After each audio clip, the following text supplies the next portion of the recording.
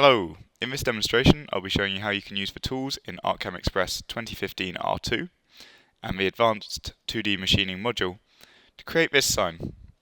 We'll also be using a variety of clipart pieces which aren't found in the standard clipart library, and I'll be demonstrating how you can import those into ArtCAM.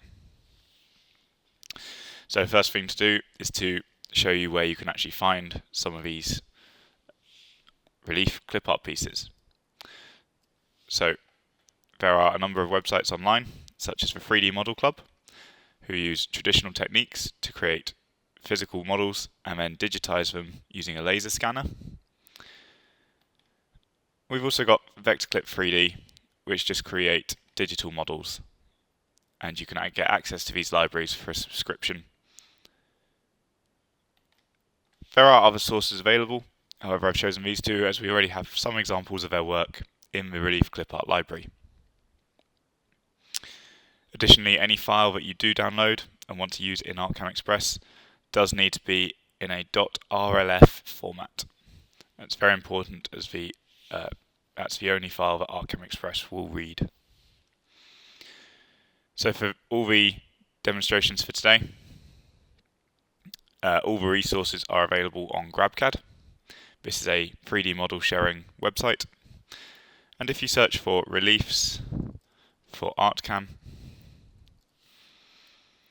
it should give you one option, and here you'll find the relief files that you need, namely Space Shuttle Top and Earth, as well as the image of the model and some vectors that we will use later on in the demonstration. I've downloaded these already and separated them out so the reliefs are in a separate folder, and this is the folder that we will give to ArtCAM to create the new relief library.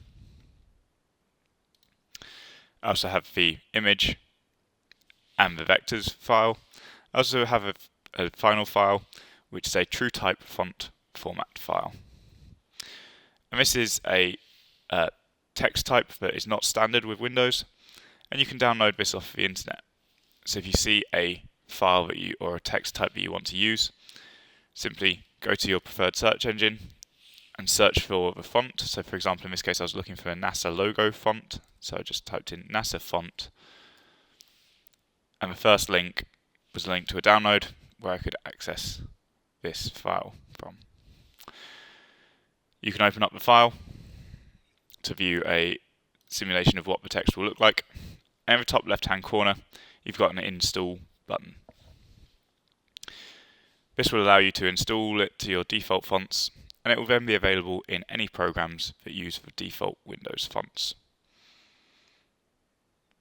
And that will bring it into ArtCAM without any additional work required. You may have to restart ArtCAM if you install it while ArtCAM is running. So I've already installed this, and I can now switch over into ArtCAM to start showing you how to create this model. So this is ArtCAM 2015 R2. It's the Express version, and you'll see that I have the Advanced 2D Machining modules switched on. I'm going to create a new model with height of 300, width of 470, and the maximum resolution that I can. For this I've left the origin in the bottom left hand corner, and I'll be working in millimeters today. Once I'm happy, click OK, and that will create our new model. Now the first thing that I'm going to show you is the rulers in the 3D view. So you can see that new to ArtCAM 2015 R2, we now have rulers that are run along the edges of the relief in the 3D view and allow you to accurately position, size, scale, and determine how large your part is actually going to be. You can toggle the visibility of these by going to the View menu and selecting the Show Rulers toggle switch, and that will turn them off. Now I'm going to open up the Relief Clipart library, and the first folder that we come to is the 3D Model Club folder. And this has some examples of the work that 3D Model Club, which is the website I showed you earlier, have done in the past.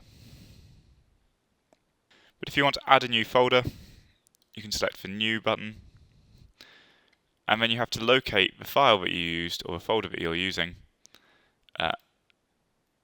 and select it from this menu. So in my case, the folder is in ArtCAM. It's the Space Shuttle Reliefs folder. And there we have the two new reliefs, and we can use them in exactly the same way as we can use any other piece of relief clip art. So to start with, I'm going to drag in the Earth model. It is a large file, so it just takes a moment. And I'm going to lock the maintain aspect ratio over all 3 dimensions. I can then position it so that I can access one of the grab handles. By holding down the Alt key, I can resize this about its central point. So I'm going to resize it until it's going to fit nicely in my model. I'm going to click and drag it around the screen until I'm happy with its position. So I think about there should work for the model. Now I've still got quite a bit of Z height on this. So if I rotate it around, view it from the side by using Ctrl 2 or by pressing the view from the side button on the panel at the top. And you'll see that we now have this new red arrow that allows us to drag the model up and down dynamically and view how it's going to interact with other reliefs that are already in the model. We still have the ability to change the Z range with more control using the box in the top right hand corner. I'm going to use that now to set a precise value of 8mm for height. I'm going to switch over and make sure that either add or merge high is selected. Paste outline vector is on, and I'm going to paste that model down. I'm going to come back into a top-down view, and I'm going to drag in the Space Shuttle relief. If I click and hold Alt again, I can resize this about its central point until I'm happy with the size. I'm going to position it so that it intersects with the Earth. And you can see that we actually have lost a lot of the detail of a space shuttle by it being lower than the level of the Earth. Now previously we would have had to play around with the Z range and adjust it until we were happy with it. However, now all we have to do is use the drag arrow, and we can see dynamically how the new relief is going to interact with the existing one. So we can drag that up until we're happy with it. I think I can see all the detail there. So I can click, so making sure that the merge is set to the combine mode. And again, making sure that paste outline vector is on, I can paste that down. So there is also a new feature in Relief Clipart library, which is the search bar. This allows you to search for any relief or any type of relief that you have in your Relief Clipart library. So in this case, I know we have some griffins in the crests folder. And there we have them all collected in one place, very easy to find. But that was all from one folder anyway. So but if I use, for example, horse, it draws in all the horses we have available. For example, the carousel horse we had from the 3D Model Club, the 2 horses from the crest folder, and the horses from the animal folder as well. So you can see that it's a very quick, easy way to view all of the reliefs that you have of a certain item in one go. Now for this, I'm going to search for a sign base that I can use with this sign. I'm going to choose sign base 06, position it in the model. I'm going to center it in the model straight away. I can now close down Relief Clipart library as I no longer need it. And again, holding down the Alt key, I'm now going to resize this so that it fills most of the screen. It's about there. Now, this time again, we want to change the Z range. I'm going to use the box in the top right as I need more accurate control here. I'm going to enter a value of 20mm and apply. Make sure the combine mode is set to add and paste down the model. So the reason I've been using the vectors and pasting the vectors with each model that I've imported is to allow us to control the toolpaths. So if I go into the 2D view, you'll see that we have 3 vectors, 2 for the detailed section, and 1 for the outline of the sign base. So I'm now going to use these to recreate the appearance of the sign base without using a 3D model or a 3D machine relief toolpath that will produce a better effect, hopefully. So to do this, I'm going to use the measure tool, and I'm also going to draw your attention to the coordinates listed down the bottom. So in the bottom right hand corner of the screen, we have a range of coordinates, and this is going to be very useful, particularly the Z coordinate, which I'm going to use to find the lowest point of the groove around the outside of the sign base, and also where the end of this chamfer is, or the end of this round is. So to do this, I'm going to select the measure tool. I'm going to measure from this vector on the outside edge. I'm going to zoom in, and I'm going to keep dragging this icon out until I find the lowest point of this groove, using that Z value in the bottom right hand corner. So from this position, if I go left or right, the value of Z goes up, so this must be the lowest point. I can now read off the X and Y coordinates or X and Y distances. In this case, I'm only interested in the X coordinate, as that line is vertical, so when I offset it, it's going to move horizontally. And in this case, it's approximately 9 millimeters. I'm now going to do the same thing again. I'm going to click on this line, and I'm going to drag it out until the value of Z on this round here is 10 millimeters, which looks like it happens there.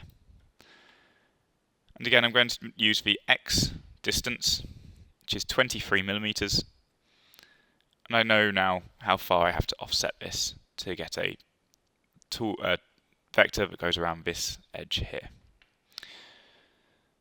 So I'm now going to switch into the 2D view, and I'm going to open the offset tool, making sure the offset is set inwards, value distance of 9 millimeters. I'm going to offset. So that's our first vector. Our second one was 23 millimeters in. Enter 23 millimeters and offset.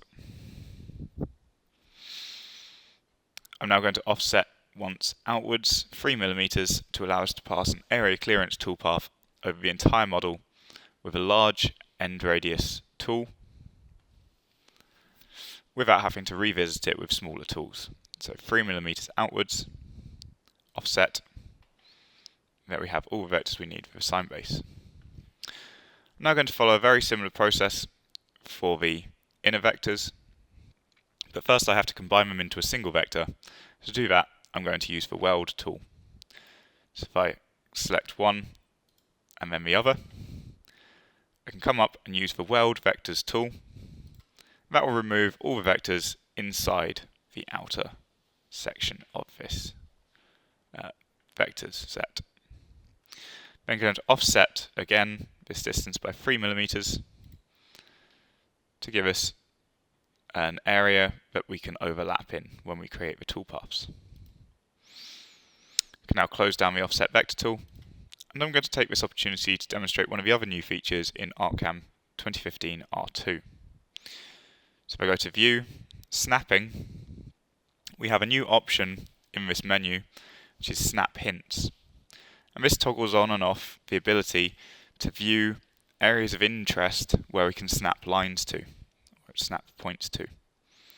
So you can see it switched on. If I select to create a new polyline, as I hover over the model, you'll see that every point on each vector is circled. And if I zoom in and hover over one of them, the cursor changes to show that we're going to snap to that point. So you can see that in any kind of vector creation, this will be a really handy tool for snapping to key points. It doesn't just work on vectors, it also works on key points in the model itself. So this is the center point, and the cursor changes again to show you that it is the center point of the model. I'm going to close down the polyline tool as I don't actually need to create one for this demo. And I'm going to start creating toolpaths. So first toolpath I'm going to create, or before I do any of that, I'm going to set the material. So in this case, I'm going to set a material thickness of 21mm to give me a little bit of excess above the model. So I'm going to leave the material Z0 and the model position at the bottom of the model. Click OK, and I can now start creating toolpaths. So I'm going to select the outermost vector, the one that we created so that we could pass an area clearance strategy over the entire model. Create area clearance toolpath, finish depth of 1mm. I'm going to select a 12mm end mill. Now we'll get the options to select the tool clearance strategy. I'm going to select to offset the model, and we have new options to set the start point of this toolpath. So we can start outside the offset spiral. And this will allow us to use horizontal lead-in moves if we don't have a cutter that's capable of cutting down vertically into the material. Alternatively, we can use an inside starting point. And this will potentially allow us to reduce damage, reduce tool wear, and increase the machining speed. I'm going to leave it at the inside, as all of this material inside is going to be machined away later. And I'm going to click Calculate. You can see the path that the tool is going to follow. I'm going to hide that. I'm going to select the first vector we created along the center line of the groove. And I'm going to machine that using a simple profile toolpath, following along the selected vector with a finish depth of 2mm. So it's going to cut 1mm into the material. And I'm going to select a 6mm ball nose to carry out the job. Make sure that no other options are selected, and click Calculate. And that has created the toolpath. I'm going to do a very similar thing with this inside vector, which was at the bottom of the round and the top of the inner surface. I'm going to select to create a profiling toolpath. This time the finish depth is going to be 11mm. We're going to follow along the vector, and I'm going to use the largest ball nose tool that we have available to us and select. I'm going to click Calculate now. Now that will be plunging and cutting straight into a lot of material here, as the material in the center hasn't been cleared away, and our tool is cutting down to 11mm. That's obviously not ideal. We want to clear out as much of this material in the center as possible before we do this round. So I'm going to hold down Shift and select the inner vector of the detail part. So we now have two vectors selected, the inner vector of the sign base and the inner vector of the detail as well. I'm now going to create a new area clearance toolpath inside the selected vectors, finish depth of 11mm. And this time I'm going to select two tools, and this is a feature of the Advanced 2D Machining module. I'm going to select an end mill. You can control the strategies that each one follows independently. So I'm going to change the strategy of the 12mm end mill to offset. Then I'm going to add a second tool, which is the 5mm end mill. And again, I'm going to change the tool clearance strategy to offset.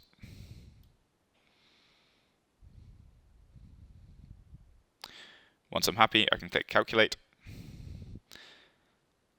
And using multiple tools in the same area clearance toolpath is a very useful feature, as it actually allows us to create very efficient toolpaths. If I expand the area clearance toolpath, you'll see that we have two toolpaths, one for the 12mm end mill and one for the 5mm.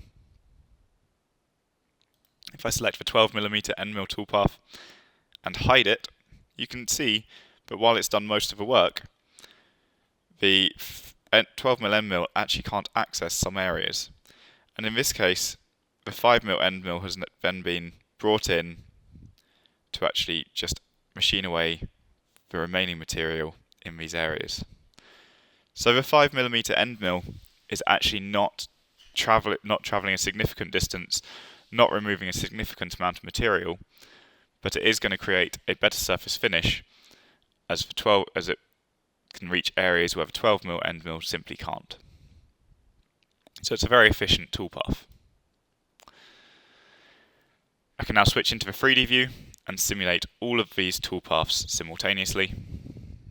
And you'll notice that a lot of work has gone into speeding up the simulation times of toolpaths. So this will be a lot quicker, as the tool is no longer going to have to follow along each of the toolpath lines.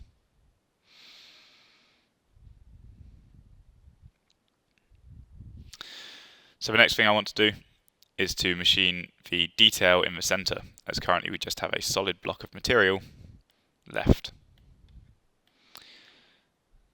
So I'm going to come back into the 2D view. This time I'm going to select the outer vector.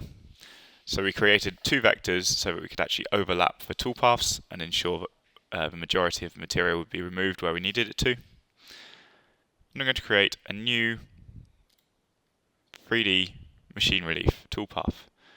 Make sure that we use the selected vectors. Use a 5mm ball nose, 6mm ball nose to machine it. Raster strategy and a roughing tool of the 5mm end mill that we've used previously. And I can calculate that straight away.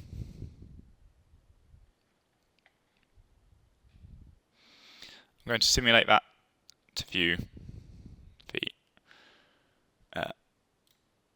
effect of it. And I can see straight away there are areas where the tool hasn't been able to access due to the size of it. So I can come in, and again this is another feature of the advanced 2D machining toolpaths, and I can simply edit the toolpath. And I'm going to change the finishing tool from a 6mm ball nose to a 3mm ball nose. And select. Now I'm going to recalculate it. Before I resimulate it, I'm going to create a final toolpath that's going to profile the entire outer course of our sign. So I'm going to select the original vector that was posted down with the sign base. I'm going to create a simple profile toolpath. Make sure it's following outside the selected vectors this time. Finish depth of 21mm. I'm going to use the 5mm end mill. And this time I'm going to add bridges to it as well. So we want 4 bridges, 10mm long, 1mm high, and I'm going to select create 2D bridges. I'm going to add those to the model, and you'll see representations of those in the 2D view. If I'm not happy with location, for example, this one has been put on a rounded surface, which would not be the easiest to remove later on, I can move these around using the edit bridges. Just by clicking and dragging, so it's all a dynamic process. Once I'm happy, I can just click calculate. Close down the tool. So now, rather than resimulating all the toolpaths that we've created so far, I'm only going to simulate the 2 toolpaths that we've edited or created since the last simulation was run. To do this, I've already got Profile 2 selected, and I'm simply going to use Control and select the finishing strategy for the machine relief toolpath. If I right click and select Simulate Toolpaths, it will just simulate the 2 new toolpaths. And this time you can see the finish on that is significantly better and is now equal to the requirements that I need. So I'm now going to add the final details to this model, which is the text. So if you remember earlier on I showed you how to install a new text. All you have to do to access this text is open the text creator. And it will automatically have been added to this list. So there's nationalization. I've previously installed other fonts which I've used for other demos, which is for Willy Wonka font. So I'm going to select the naturalization one, click anywhere in the model, and enter the text. So in this case, I'm doing a sign for the Space Shuttle, so I want to enter Space Shuttle. And I can see immediately that this text font size is too large for this model. So I can select all of that and edit it, and it updates dynamically until I get a more appropriate size. I can also adjust the character spacing. I could wrap it onto a curve. There's a range of tools available within the text creator for creating the effective font you want.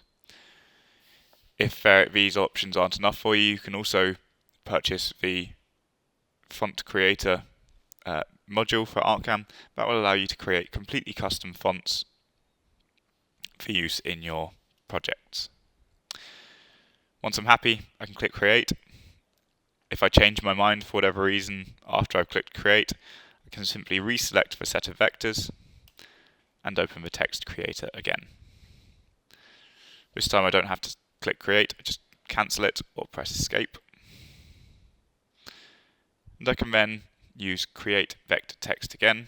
I can then use create vector text again. This time I'm going to change the size to 85. Click next to the model. I'm going to enter Enterprise. Adjust the position slightly. And click create. Holding down the shift key and selecting the original set of vectors, I can now create a V-bit carving toolpath for these. Select start depth, we want to be 11 millimeters, and calculate.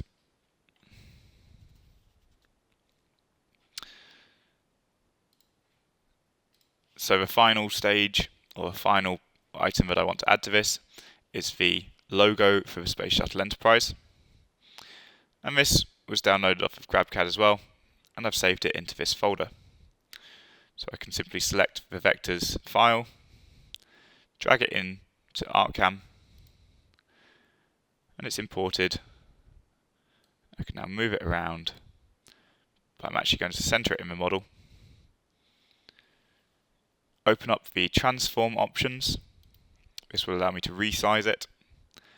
And holding down the Alt key, I'm going to drag it down until it's about the size that I want. So now I'm going to zoom in on the page.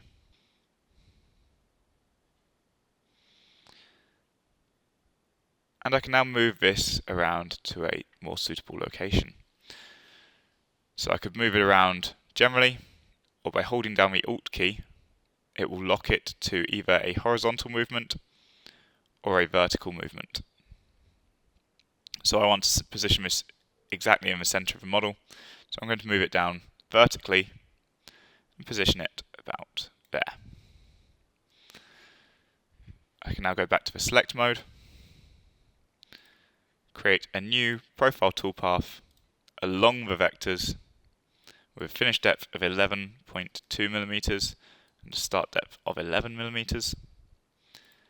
And I'm going to select the same V-bit carving tool, 32 millimeter diameter, and click select. Make sure the add bridges function is turned off, and click calculate now.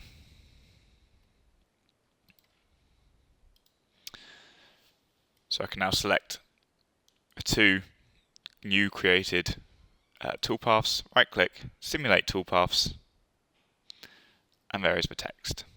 If I want to view it better, I can apply a finish to it.